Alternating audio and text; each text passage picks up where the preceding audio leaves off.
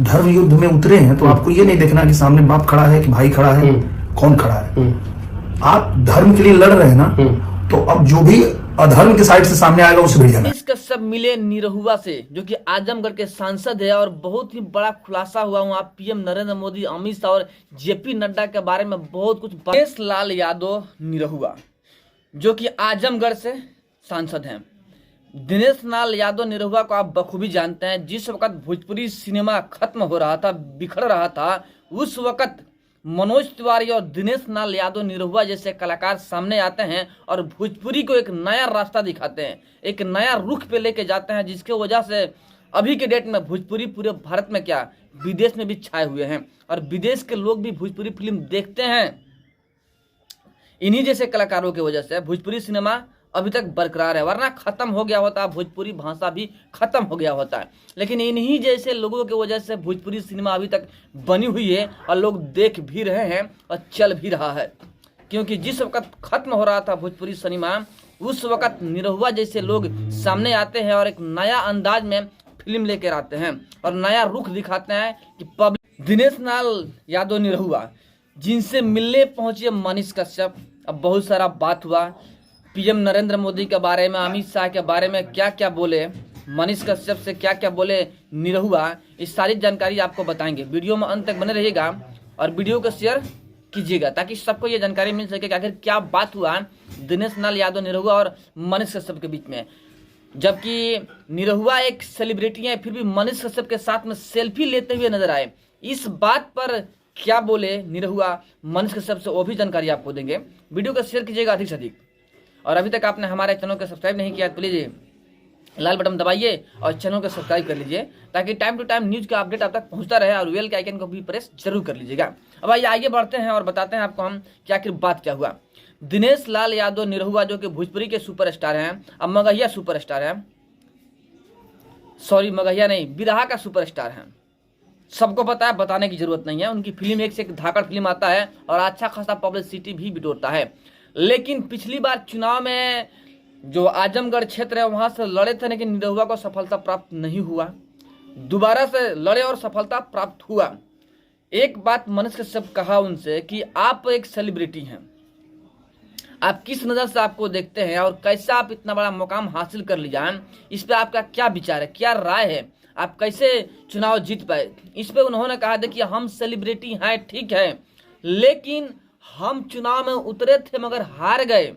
लेकिन पीएम नरेंद्र मोदी और अमित शाह जी और योगी जी के देन से हम जीत गए। तो एक बात तो साबित होता है कि पीएम नरेंद्र मोदी जी ने एक बात बोला था कि देखिए पब्लिक के पास जाइए, जनता के बीच में जाइए, तभी जनता आपको सपोर्ट करेगी। यानी फिल्म के हीरो हैं ठीक है, फिल्म की हीरो होना अलग की बात है, लेकिन जनता के साथ मिलना, जनता से बात करना, उनकी विचार का आदान प्रदान करना, यानी अपने विचार को रखना, उनका विचार को सुनना, इन सारी बातों का बहुत प्रभाव पड़ता है चुनाव में। स्पष्ट तौर पे निरहुआ बताते हुए नजर आए कि तब से हम लोगों के बीच जाना शुरू किए, मिलना शुरू किए। इसके पहले हम जानते थे कि हम बहुत बड़ा सेलिब्रिटी हैं, खड़ा हो जाएंगे और जीत जाएंगे, लेकिन हम हार गए। हम सोच रहे थे कि हम एक हीरो हैं, हमको लोग देखने आते हैं, तो इलेक्शन में खड़ा होंगे तो वोट भी मिल जाएगा, लेकिन ऐसा नहीं हुआ, हम हार गए। लेकिन जब से पीएम नरेंद्र मोदी जी का बताए हुए राह पर चलना शुरू किया, तब जाकर हम जीत गए। यानी बात स्पष्ट है कि पब्लिक के बीच में रहिएगा, पब्लिक के साथ में बात कीजिएगा, हेल मेल बढ़ाइएगा, तभी आपका वैल्यू हो सकता है, तभी आपको पब्लिक सपोर्ट करेगी। स्पष्ट दिख रहा है और वही काम निरहुआ किए जिसकी वजह से जीत गए, वरना वो भी नहीं जीते होते। यह बात बताते हुए नजर आए मनीष कश्यप से दिनेश लाल यादव निरहुआ जो कि आजमगढ़ से सांसद हैं। दूसरी तरफ एक बात और हो गया कि मनीष कश्यप के साथ में सेल्फी लेते हुए नजर आए दिनेश लाल यादव। यहाँ पर मनीष कश्यप ने कहा कि आप एक सेलिब्रिटी हैं और मेरे साथ में सेल्फी ले रहे हैं, क्यों? जिन्होंने कहा देखिए हमें पीएम नरेंद्र मोदी यही बताए हैं कि हम कोई सेलिब्रिटी नहीं, एक अलग सोच रखना चाहिए, सबको सम्मान दर्जा देना चाहिए, सबको सम्मान होना चाहिए। यानी सब कोई सेलिब्रिटी है, जो समाज के लिए कार्य करता है वो सेलिब्रिटी ही है, अंदाज जो रहा हो। एक बात और कहा मनीष कश्यप से कि देखिए अगर आप फील्ड में उतरे हैं तो जब तक जीतेंगे नहीं तब तक हार मानना नहीं है, लड़ते रहना है।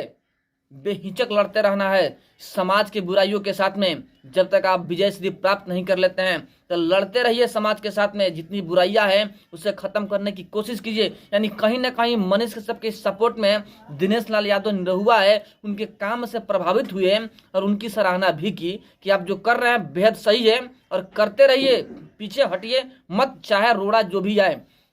आपको बता दें, जब मनीष कश्यप जेल में थे उस वक्त भी दिनेश लाल यादव निरहुआ मनीष कश्यप के सपोर्ट में आए थे। जैसे कि जो मनोज तिवारी सपोर्ट में आए थे वैसे ये भी आए हुए थे।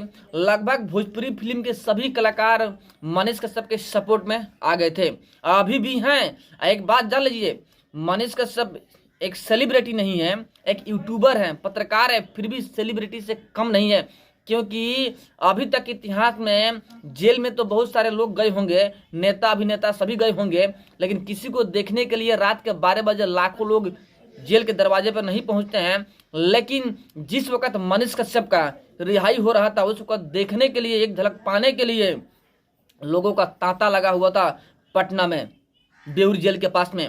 जब मनीष कश्यप तमिलनाडु थे तो भेंट करने वालों का लाइन लगा हुआ था, जबकि ऐसा किसी के साथ में नहीं होता है। यानी स्पष्ट दिख रहा है कि सेलिब्रिटी से कम नहीं है, सेलिब्रिटी से ऊपर है मनीष कश्यप, यह बात स्पष्ट दिख रहा है। और मनीष कश्यप हमेशा से सत्य के लिए लड़ते रहे हैं और सत्य के लिए लड़ते रहेंगे। वो बार बार बोलते हैं कि माइक छोड़ेंगे नहीं, हम लड़ते रहेंगे। लेकिन यहाँ पे युवाओं का सोच जो है, युवा चाहते हैं कि मनीष कश्यप को मुख्यमंत्री बनाया जाए, इस नज़र से देखते हैं मनीष कश्यप को। लेकिन अब भविष्य की बात है कि बीजेपी टिकट देती है कि नहीं देती है और मनीष कश्यप लड़ते हैं कि नहीं लड़ते हैं। फिलहाल जो पत्रकारिता करते थे वही करते हुए नजर आ रहे हैं, लेकिन चुनाव में कुछ समय है उसका तैयारी भी कर रहे हैं, क्योंकि यहाँ वहाँ घूम रहे हैं और अपना पब्लिसिटी दिखा भी रहे हैं, पब्लिक सपोर्ट भी कर रही है। फिलहाल जानकारी यही है कि मनीष कश्यप आजमगढ़ पहुंचे और निरहुआ से बात किए, उनसे अपना जो दिल का बात है सजा किया है, वो भी दिल की बात सजा किए हैं। और पीएम नरेंद्र मोदी के बारे में जो जानकारी उनके पास था, जिस नज़र से देखते हैं निरहुआ,